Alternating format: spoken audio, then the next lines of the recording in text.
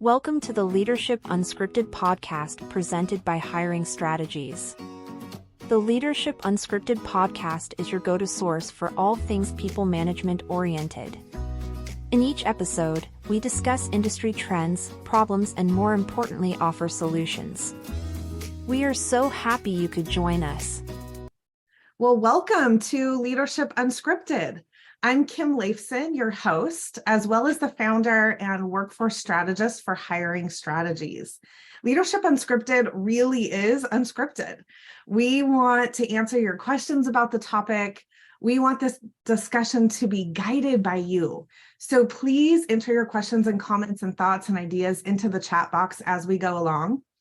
I am very excited about our topic today: how workplace culture and leadership are directly impacting physical and mental health, and how the state of physical and mental health is impacting workplaces and employers and communities and families, and of course, individuals. I actually ran across an article this week, a Forbes article written by Dr. Tracy Bauer that spoke directly to this topic. And I was shocked to read a lot of this article, actually. But there were two things that really stuck with me in particular. The first one is 70% of people say that their manager has more impact on their mental health than their therapist or their doctor. And here's the kicker: and equal to the impact of their partner. Wow. That really blew me away. I mean, it makes sense because we are with our bosses and our teams more than we're typically with our partners. But that for some reason, that just really struck a chord for me. And 71% say that stress at work negatively affects their home life. So those of you that know me and have heard me speak before probably know my story. I grew up with a father who hated his job. And I knew he hated his job. And although he worked 16-hour days, 6 days a week, that man's work ethic is impeccable regardless. And there's a clue there, right? Anyway, what employer would allow someone to work 6 hours a day or 16 hours a day, 6 days a week? So when he was home, he was miserable, which meant that we were walking on eggshells. And it really left my mom to hold down the fort. And she was working part-time as well. And simply because they allowed those kind of hours, he wasn't around to parent. Now, don't get me wrong, he was very involved in my childhood. He was band booster president all 4 years of high school. He was my softball coach for 4 years. It wasn't that he wasn't there for me. It's that he wasn't there for the day-to-day stuff. He wasn't there for those deep conversations. He wasn't there for when things got really stressful at home, right? Except for that common, wait till your dad gets home fear of those days, right? I tell you this because this was not, nor is it still, unique to my family. The stress that's imposed upon by work and employers, it trickles down to family and kids and communities, and it creates this cycle of mental health challenges that ultimately are ending up back in the lap of employers. I think that's the piece that's missing here. My clients are reporting more demand for mental health services than ever before. Their sick leave banks are being depleted at rapid paces. Dr. Tracy Bauer in this article says that 78% of employees say stress is negatively impacting their work performance, which means lower productivity. And 35% of leaders are taking on more of the burden and reporting being stressed themselves. 42% of those leaders that are taking on more of that burden are saying that it's self-imposed, meaning they're feeling the pressure to perform and the buck stops with them, so they really have no choice. So the good news is, the flip side to this is that Dr. Tracy Bauer says that when people have positive mental health, 63% report they're committed to their work, and 80% say they're energized by their work. So it's almost like just that simple flip of the switch mentality has such a drastic impact. So all of that background and information to introduce you to our guest today, Dr. Adiola Mead. Dr. Mead is a physician, a consultant, and a coach that runs Vitali Team Workplace Wellness, where she identifies and comprehensively addresses the root causes and issues underlying individual and organizational health concerns. So welcome, Dr. Mead. I'm so excited to have this conversation with you today. Please start by telling us a little bit about yourself and your background and why this topic is important to you. Thanks so much for having me, Kim. I'm just really happy to be here to talk about this topic because it has a personal, impact for me. I also grew up in a home with very hardworking parents. My dad in particular was self-employed, and that meant there was a lot of pressure on him. And sometimes that would show up in, the way that we related as a family. And he was away a lot, traveling a lot. He was an author, so he wrote books. So a lot of his time was just directed towards breadwinning, and there were a lot of frustrations in dealing with work issues and concerns that kind of trickle down. So I remember that as a memory growing up as well. Again, not a unique experience, and always wanted to be a physician. That was just my number one goal and plan in life, and found naturopathic medicine as a great sort of way to express my lineage and my desire to be a healer and a physician, and doing so in ways that are comprehensive using natural medicine, and have worked in the San Francisco Bay Area, in Vancouver, BC, here in Seattle, so places where there's lots of tech, lots of high stress people, and have just found over the years that high stress, often related to work, leads to lots of inflammation in the body, in the brain, and mood issues. And then from that chronic stress, chronic inflammation, and chronic disease. So I see a lot of burnout in my practice, and mostly like the mental and physical effects of burnout, not just the I'm tired, I don't really want to go to work today, I'm not getting along with my boss. It's more like I have sciatica. I am deeply depressed, and it's related to my work and some of the dynamics around that, or I am exhausted in ways I can't even explain, and it's not just something that a vacation fixes. So that's my background, is figuring out root causes and treating them comprehensively and naturally. Awesome. Have you noticed, I'm curious, over the last, since the pandemic, it seems like the pandemic really fueled a fire when it comes to mental health, when it comes to physical health, because we all know that mental health leads to physical health, or lack of, right? Right. What have you seen specifically over the last 3 years? What's different? Is there something different than before the pandemic, or is it the same? It's definitely different. People have had a chance to reevaluate what's working for them, what's not working for them. Working from home or working in a hybrid scenario has made it so that people can reflect on whether working in office with certain leadership or coworkers is beneficial to their mental health, physical health, or not. And when they realize that they have been on sort of a conveyor belt of stress and high workloads and maybe toxic culture, they decided they wanted to do something about it and started to demand more support in the workplace and more flexibility, more empathy, and more of a focus on well-being. So there's definitely been a shift. And also when you stop, you realize how tired you are and how unsustainable the pace that you were working at is.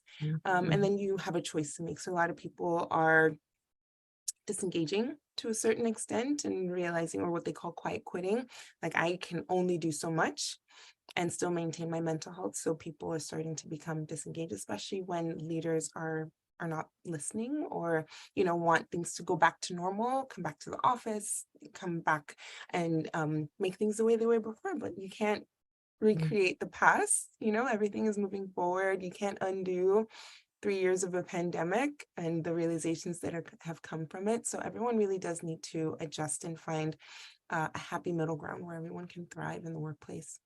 Yeah. You said something about, exhaustion and it not being just something that a vacation will fix. I was talking with some colleagues about being tired and how it doesn't seem like the amount of hours of sleep that we get is not solving the exhaustion problem. And I think, I'm not a medical professional, I'm not a psychologist, I don't even pretend to be one on TV.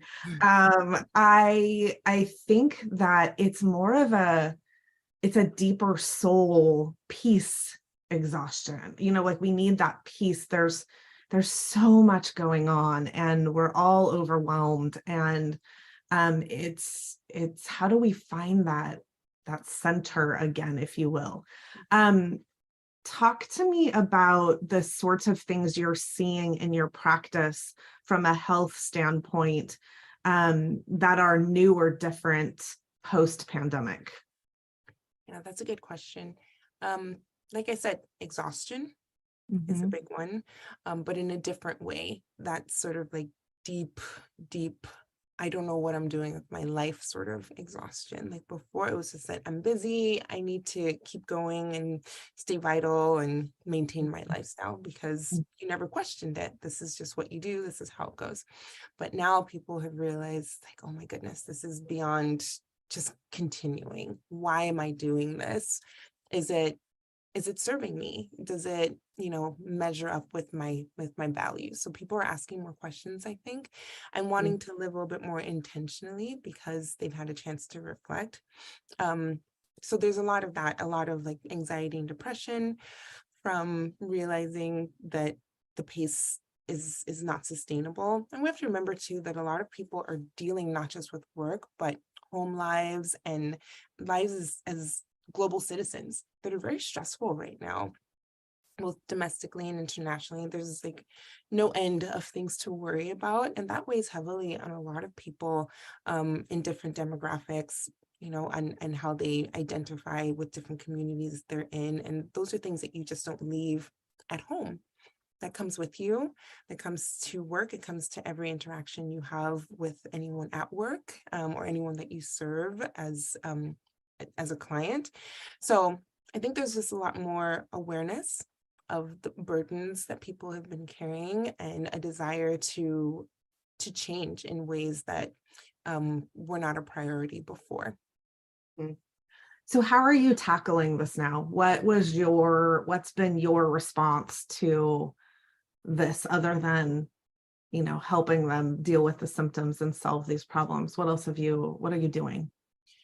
I'm advocating very strongly for self-care and for revitalization of self-care. Like, what does that really look like? And how can you make it sustainable and consistent? It's not, I'll take a vacation in 6 weeks. It's not, I'll get my nails done on the weekend. It's not, I'll sleep when I'm dead. That's not self-care. So it's more like, because that's a lot of what our culture has been. It's just like go, Right. go, go, go, go until you are absolutely out of resources. And now you have to like scrape yourself off the floor. Right. So I'm advocating more for like daily doses of well-being practices. And that can be as simple as making sure you get breakfast, even if you don't Yeah. make the breakfast, making sure it's nutritious and nutrient dense so that you're fueled for the day, making sure you get enough rest. And that might mean like a phone fast and turning off your phone, putting it on airplane mode from 6 o'clock, 7 o'clock, and not turning it on for 12 hours or 14 hours, so that you can take off of that, take off some of the many layers of stresses that we have, because always on edge, I feel like, as a culture. And like you're always attached to something and waiting for another shoe to drop or another communication to come in. Like you just never have time to rest. And I think we have to be okay with, I think the flip side to that is there are going to be people that are upset that you didn't respond right away. Yeah. There are going to be things that don't get done. There are going to be things that slip through the cracks. There are going to be those things, but as a society, I think the piece that we have to come to grips with is those things need to occur if we want to continue on being productive, healthy, contributing members of society. But I think that's the hard part. I think the hard part is people don't want those consequences. They want both. They want that downtime, but they don't want things to slip through the cracks. They don't want people to be disappointed in them. They don't want, to put out that particular customer or client, for sure. So I think we have to make that connection and have a discussion about that. Is that part of what you're talking about? Absolutely. Is just helping people step back for a second, to pause and step back and realize that the way things have been going is not sustainable. Like we can't continue this way. And that it's okay to, like you're saying, let some things slip through the cracks and just reprioritize, right? Let's just start with rocks and not with gravel, right? Let's start with boulders and rocks and not with gravel. And the boulders and rocks are really investing in your own capacity, right? As an individual.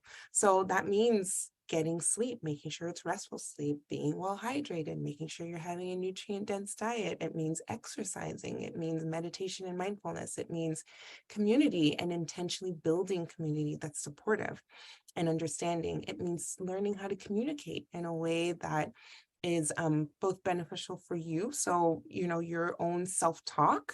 A lot of mental health is rooted in negative self-talk, right? And believing lies about ourselves that maybe we were told or we assumed, and just kind of reparenting ourselves in certain ways, and taking responsibility for the way we think and which thoughts we believe, and how we act on those, and how we process emotions and act. So all those things, and practicing those types of self-care invest in your bank of capacity. So now, if I'm well rested and hydrated, if I say nice things to myself, it spills out into how I interact with other people. It means that when I sit down to work, I'm not thinking of the millions of things that I haven't done. My mind isn't racing. I'm not hungry. I'm not in pain because I've taken good care of myself. So now I can really sit down and focus. I can get a lot more done in a shorter amount of time without stress. Right. And I also think we forget sometimes that the brain needs that downtime to solidify information and to be innovative. I was reading something else last week about, we need the space to do nothing in order to innovate. Yeah. And we wonder why in the last 10 to 15 years, we've got classes on how to innovate. We're focusing on innovation. We never had to do that before. Right. Because it was happening naturally because we were giving ourselves that space. And I think not having that space anymore, we're seeing the impacts of that in so many different ways. I do want to stop for a second and invite people, if you are listening and you have questions or comments or ideas or thoughts, please go ahead and put those into the chat box. We want to answer those questions for you and fuel this discussion. So we invite you to participate. I also want to flip. We've been talking a lot about the individual and that self-care and how important that is. I want to flip for a second and start talking about employers, because that really is our mental health, our physical health affects employers, and our employers are affecting our physical and mental health. There's a relationship there that I think we're forgetting about. And so talk to me about Vitality Team Workplace Wellness and what you're doing inside organizations. to talk about this topic?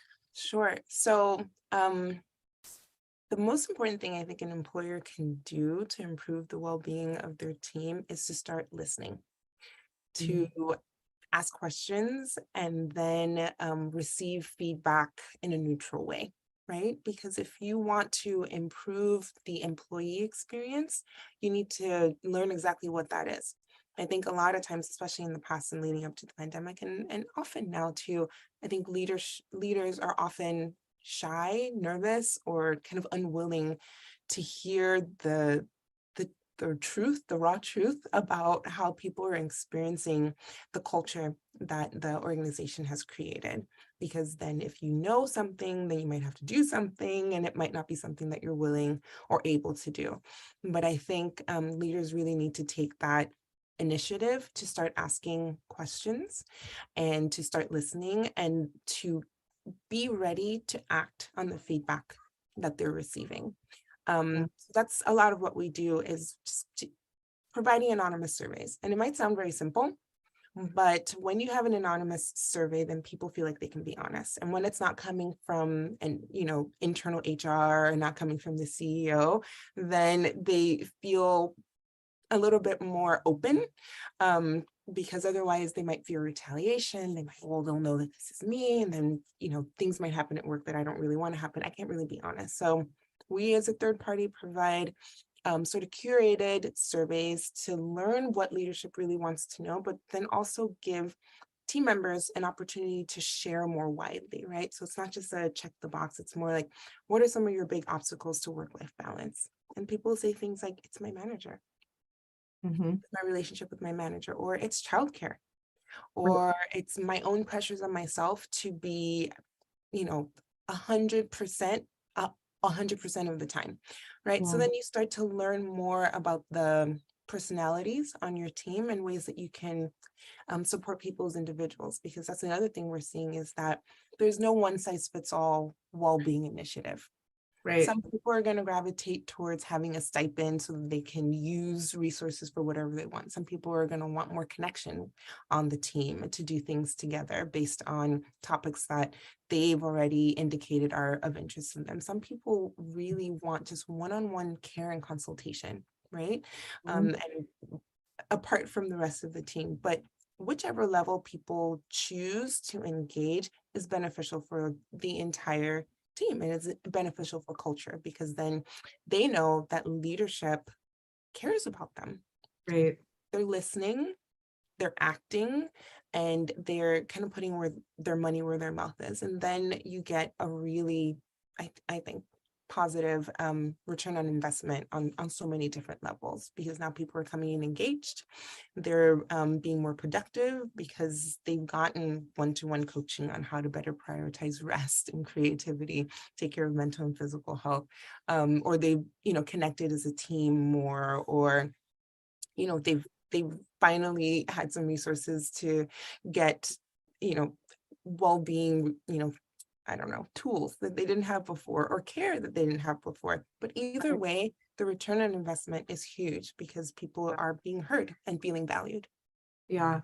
And I think the disconnect for employers is they aren't necessarily going to see on their P&L a direct correlation to wellness and profit. But I think what you will see is when you're doing that wellness, when you're providing wellness, when you're just listening, right? It doesn't even take investing in anything significant. It's just the care and the concern, I think. And there's lots of research that supports this.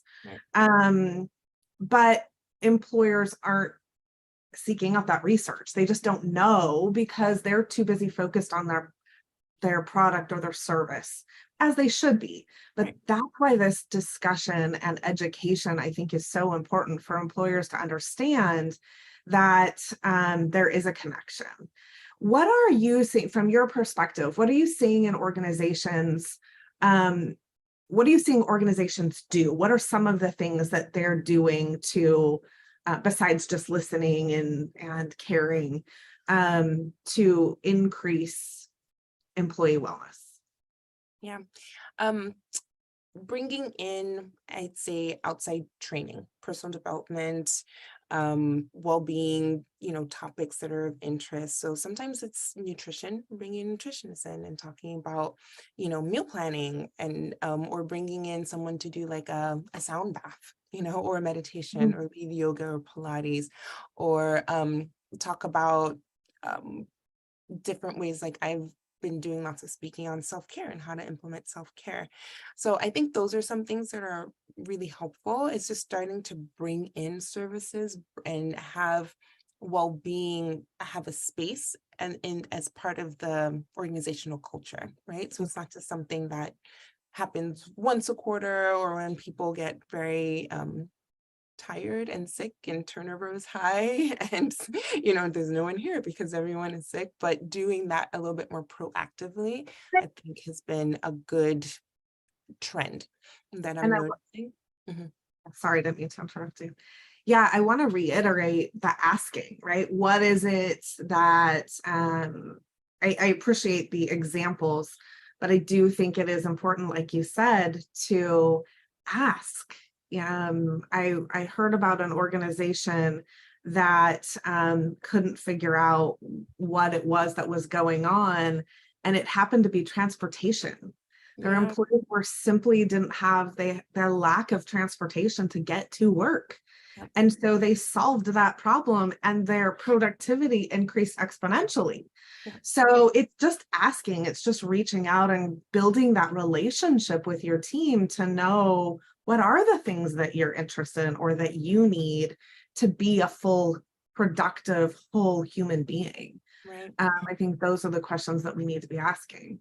Yeah. And I think those are questions you ask on a human level. I think sometimes when we go to work, you forget that I'm not just your boss. You're not just an employee here. I'm a human being having a human experience. I have good days. I have bad days. You have good days. You have bad days. And I think if we can just remember that and stay humble, really, and just recognize the dignity of the other person and, have them recognize our own, then we can just stop for a second and connect one-to-one on a human level. That's another thing that's helpful, is just having leadership connect with team members all the time, because we're pack animals, right? Like we thrive in community.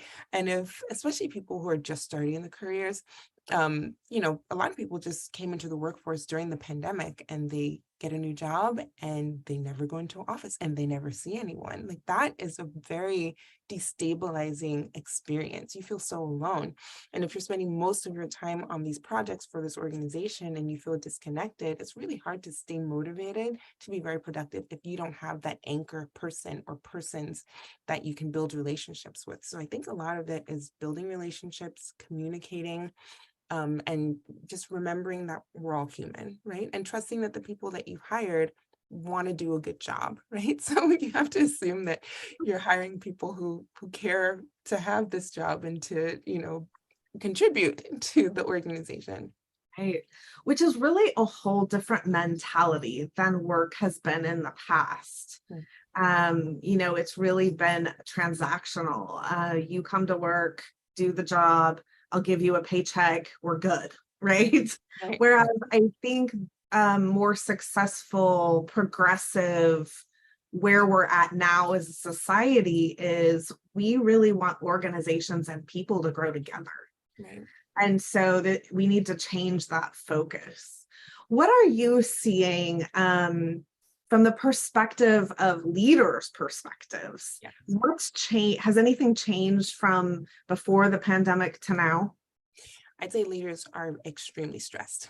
I Yeah. think things have, Yeah. like you were saying in that article, that a lot of leaders are just taking a lot on themselves because maybe they don't have the skills to rally and galvanize a team around a value, and Yeah. they don't have the skill set yet to be effective managers and leaders. So they just see a task that needs to be done. Maybe they haven't learned how to communicate effectively or to delegate effectively or to build relationship or to listen effectively, all those things that are foundational for leadership. Maybe they're just very, very good at their job, but now they're in a leadership position, but they haven't been trained in leadership skills and coaching skills and all those things that require managing people. And now their workload is tremendous. Yeah. And they're so stressed trying to get it done. And, if they have supervisors and managers, that they have to report to, now they're getting it from both sides, right? Yeah. So I'd say there's a lot of stress in leadership, and that they're needing a lot of leadership development in different ways, and a focus on their well-being as well, because I know we all have the experience of either having a boss or knowing someone who has a boss who is not well in a lot of different ways. And it's not something that you can kind of keep to yourself, right? Like if you are grumpy, if you're in pain, if you're dealing with a lot of stress, it's impossible to hide that. And it comes out in the way you communicate with people. It comes out in your expectations of people. And I think everyone suffers when a leader suffers. So it's really important to develop leaders in the context of well-being. Yeah, which it creates that cycle, right? The cycle of the leader being stressed, overwhelmed, translates to the employees, translates to the families and the kids and the communities. And now we're back to, leadership again. It's because now those kids and the community members are going to work, and they're stressed. And now the employers have to deal with all the employees being stressed. And really, it could have started with them. So, yeah, I think leadership development is one of the big things that I'm seeing right now. Organizations don't want to spend the money on. But it's so critical to communities, to organizations, to families, to their place of employment. Again, that cycle, I think we need to start making that connection much more clear. Yeah, for sure. What's been the biggest aha for you in your learning about employee wellness? Yeah, I think just recently, actually, I've learned that people want one-to-one individualized care. That it's very hard to get the care that we need in our typical healthcare system. So even if someone has an EAP access with their organization, they are, I think, typically grossly underutilized, right? So maybe 3 to 5%. So even if people know that they have access to all these different services, they just don't use them. And recently did a project with an organization where we offered one-to-one coaching for everyone on the team. So people who were interested, and it was probably about 30% of the organization signed up for Wow. one-to-one coaching. And it was eye-opening because, they would fill out an assessment that gave us a good idea of where they were by way of their well-being. And then when we would meet, we'd have lots to talk about. Like, I've noticed seeing this, and this. Tell me more about that, right? So there's always listening. So people need to feel heard and to be seen. So giving people an opportunity to express themselves and to share a bit of their struggles, and then giving recommendations, like talk to your doctor about this, and this. This is what we're seeing here, or you're probably dealing with a lot of hypoglycemia, and that's why you are tired and grumpy in the afternoon. I think your blood sugar isn't well managed, or it sounds like you're not taking any breaks during the day, so you're crashing and exhausted and not able to function as well. So let's figure out how can we make it so that you can pause and prioritize rest. So all those little, very individualized, coaching points and consulting points make a huge difference for people. And that's something that I wasn't necessarily expecting, but I'm seeing that is really valuable, because then you can go back and say, oh, my organization cares about me, and here's some things that I can do now to improve my well-being. And what do you do with your well-being? You take it to work, because that's where you spend most of your time, or you spend it, you lavish it on the people you love in your life and the people you spend your most time with. So that's something that has been surprising, is that there's this thirst for more individualized care, and even in the workplace, because I think our healthcare system can be really hard to navigate. And sometimes it could be something as simple as maybe someone says during a session, like, I'm having a hard time finding a therapist, which has been really, really difficult in the past few years, because therapists are dealing with their own overwhelm and burnout because of this mental health crisis that we've been having. And a lot of times people just don't know kind of where to go from there. So, like we can figure out what your insurance carrier is, who is it like in your area that is, available for the kind of care that you need, and give you just like a short list of people to contact. So little, hacks to help people access care, I think makes a big difference, because just imagine like you're dealing with exhaustion, anxiety, and depression, and you need help. You go to access the help. No one will pick up your call. No one takes your insurance, or it says they took your insurance and now they don't. You're exhausted, right? Already. So Totally. now Yeah. to push through all those obstacles to receive care often doesn't happen for people. So then you just you kind of throw your hands up and give up.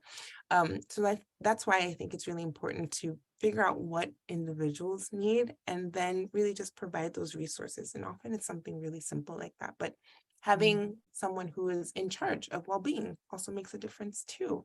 It can't be the CEO, and the HR, for example, has been overrun with well-being demands, I think, over the past several years. And it's not really human resources job to make sure that everyone reaches every high standard of well-being, right? There's limitations, and as there should be. But I think it's important to designate someone in charge of well-being in an organization. For sure. Yeah. Yeah. It's shocking to me that after offering that 30% accepted that assistance. That's a lot.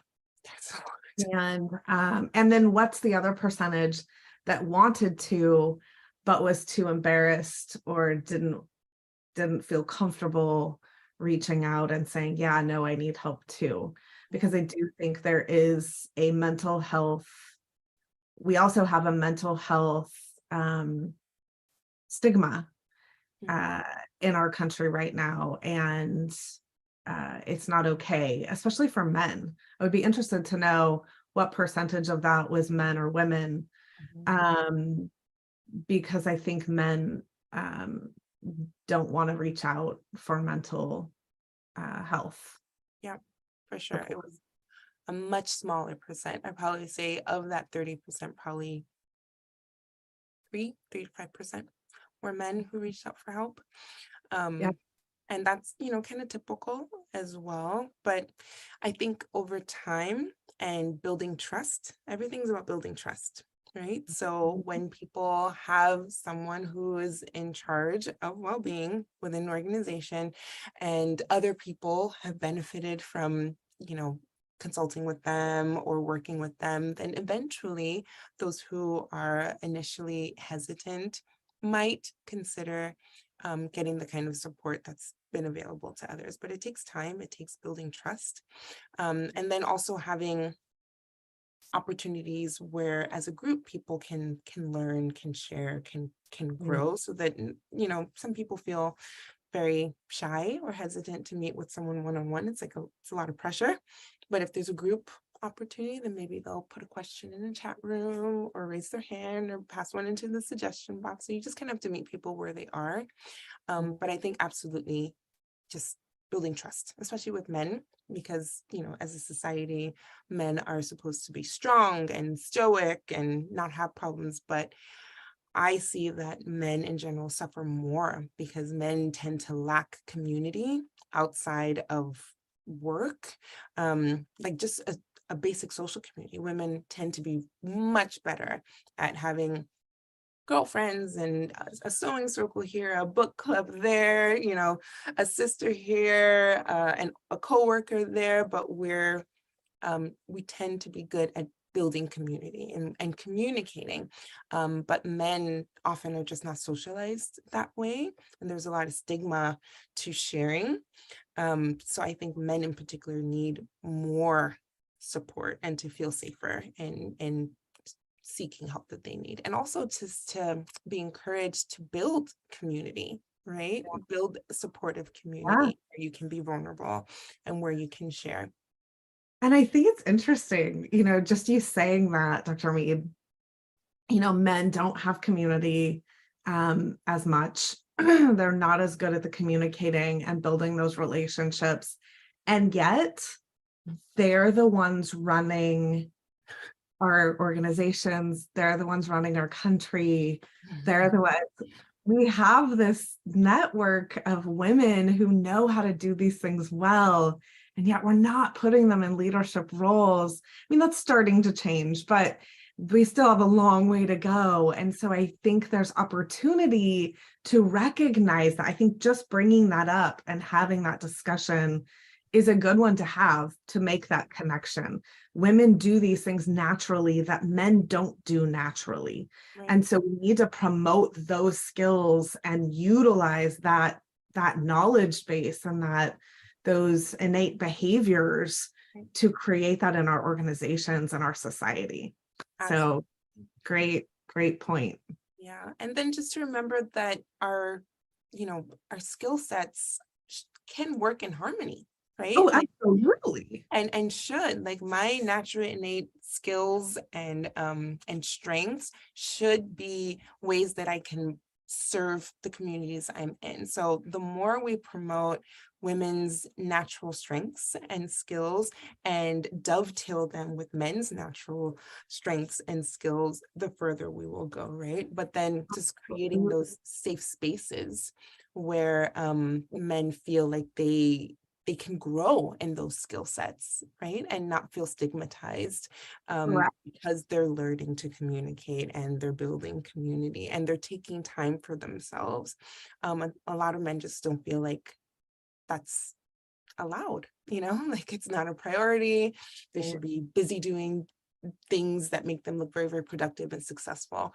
And then also just redefining success in a lot of ways, right? Like we push so hard for financial success, for power.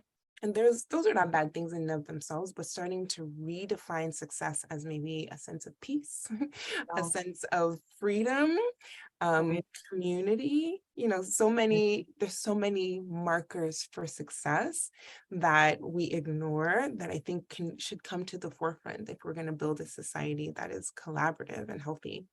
Right. Great segue into, let's talk about some of those things that we can do as employers that will increase wellness, which then in turn increases productivity, right? I think you're right that there are some things that we do that seem counterintuitive, right?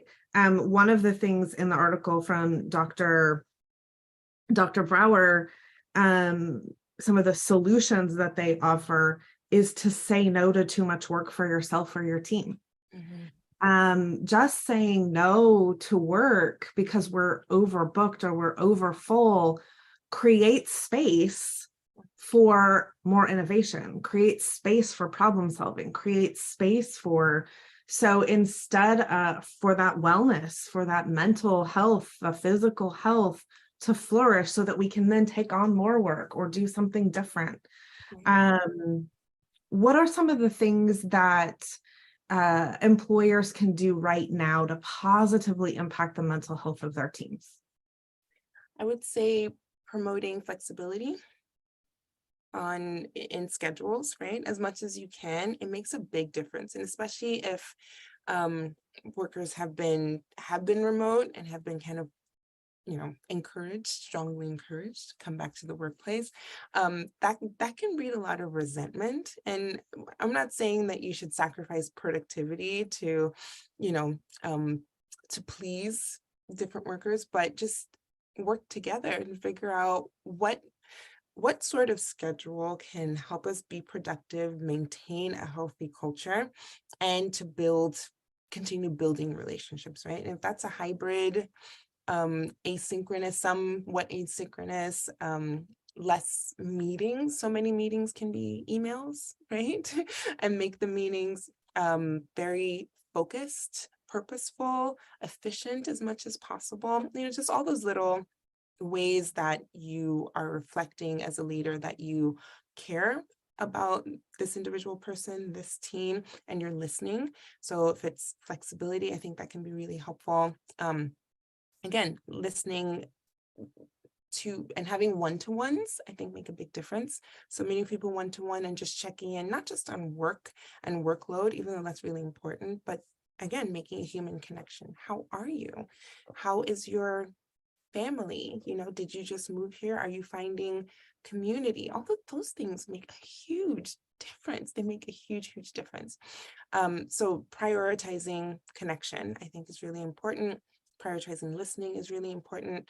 And then figuring out, I think a lot of times well-being resources are wasted. Like money is wasted and you don't get your return on investment, but you checked a box. Oh, we have an EAP. It's working. It's there. People know the number for it. So many times people call the number for an EAP and no one ever picks up. So, some of these resources are being wasted. So figuring out what your team needs and then strategizing to figure out how you can provide those needs in a way that really is cost effective. And it is absolutely possible. So those are some of the things. And also just leadership development. Yeah. I think it's an invaluable investment to Right. develop leaders in psychological safety, in communication, in just managerial duties of delegating and having healthy boundaries and modeling. When you're a leader, it means that people are watching you, they're following you, they're taking their cues from you.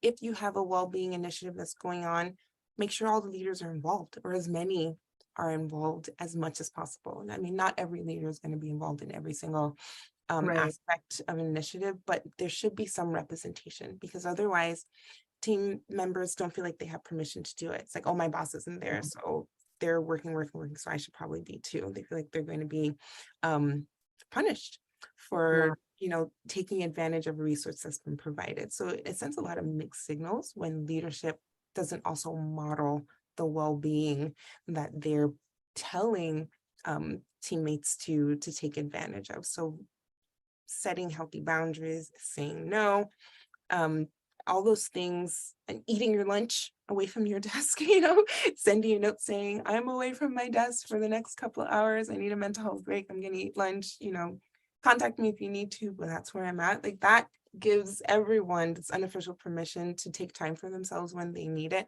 It can be little things, but just normalizing self-care, normalizing communication. I feel like I'm going on. Look at those badges, right? The badge of honor was to eat at your desk while you did your lunch. Like, that's dedication, that's commitment. Yeah. No, that's burnout. That's a recipe for burnout. That is leading towards low productivity. That is leading towards them being out because they're sick or having a mental breakdown. We need to switch what we're rewarding and what our language around what we're supporting. And I think that's what you're getting at. Yeah. Also recognizing people's hard work.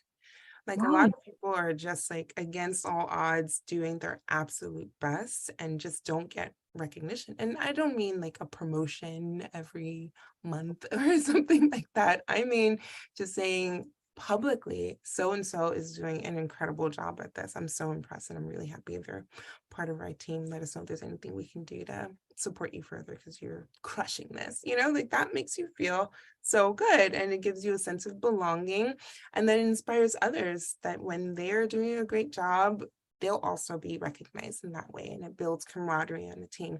But little things like that make a huge difference. A simple thank you can go a really long way. There were a few other things in this article I want to touch on that people can take and do today. It's not hard. This isn't a huge investment of time and money. Things like training others, delegating, empowering, and ensuring teamwork and coordination with others in groups, right? It's just that creating that sense. Even you can do it remotely. There's a way to create collaboration in a remote environment. It is happening. You can do that. Yes. Recognizing, you mentioned this, recognizing people's impact, just saying thank you. 1/3 of people say that their manager fails to recognize their own impact on others' well-being. Managers don't even understand the impact, which is why this conversation, I think, is so important.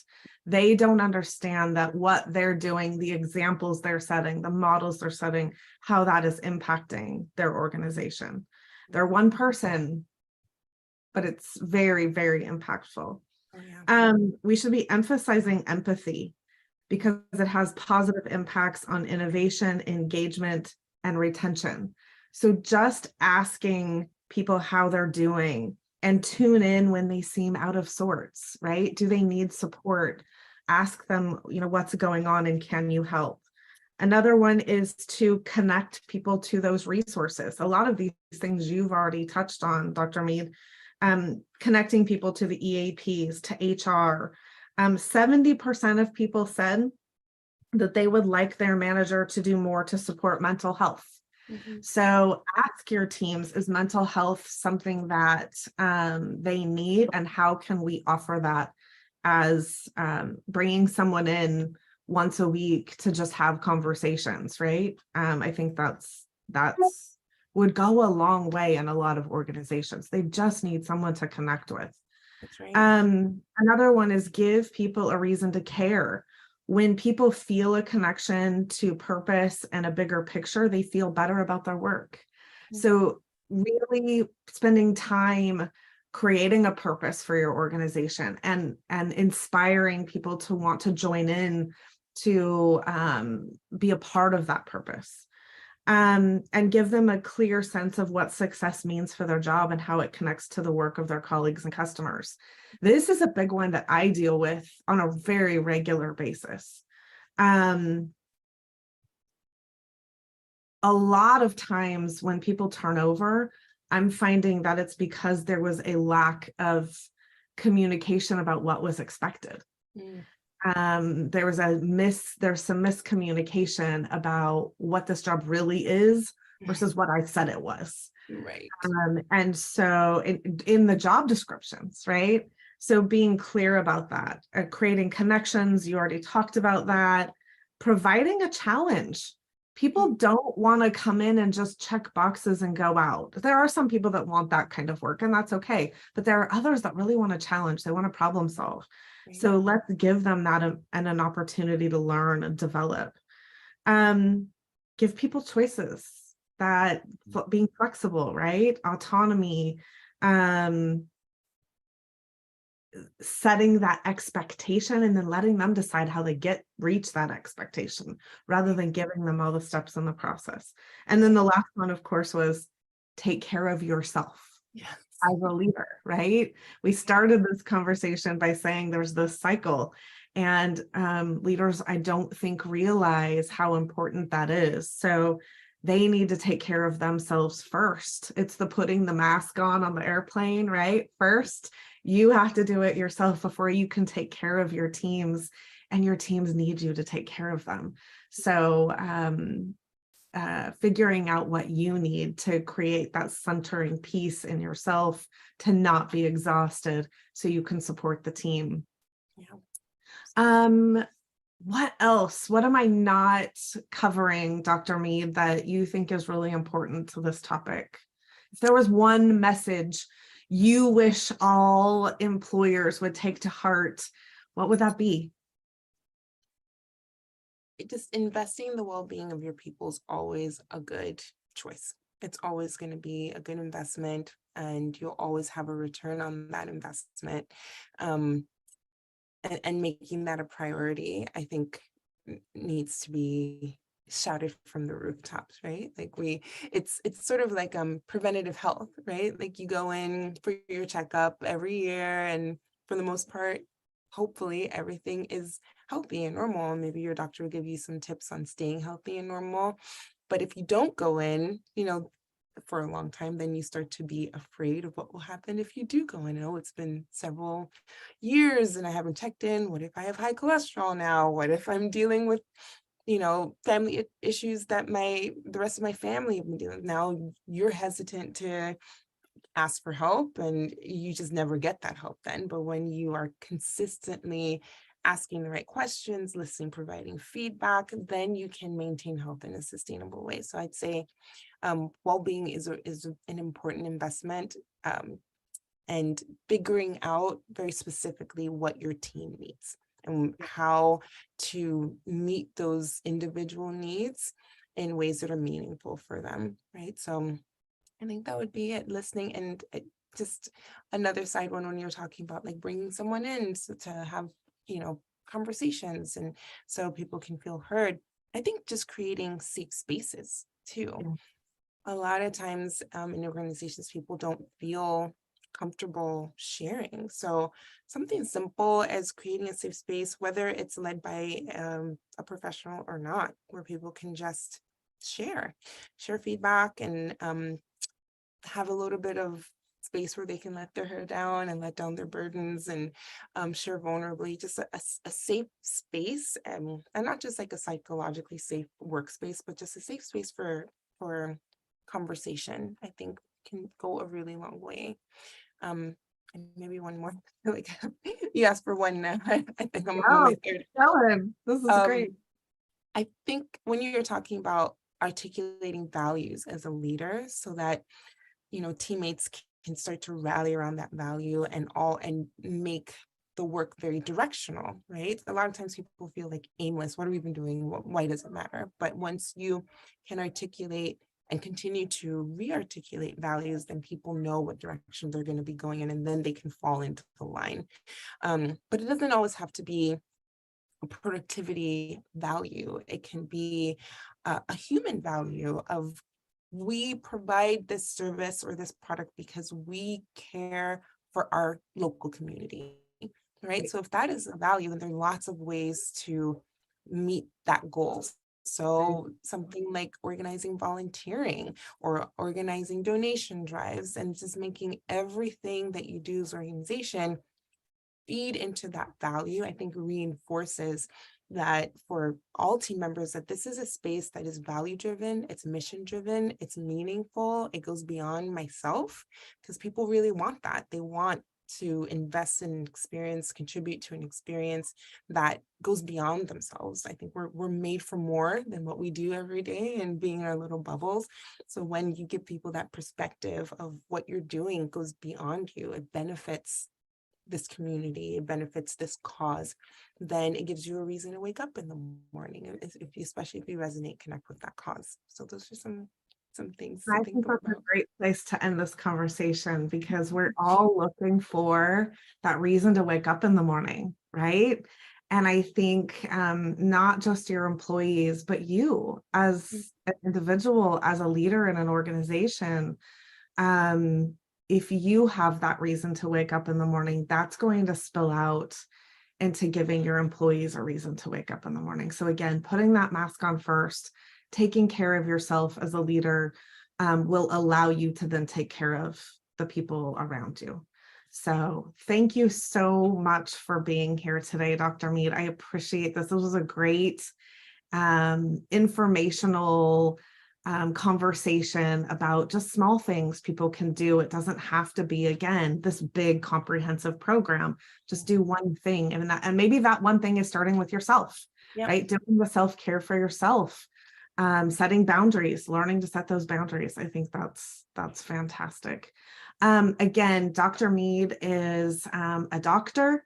She takes care of individuals, also takes care of organizations.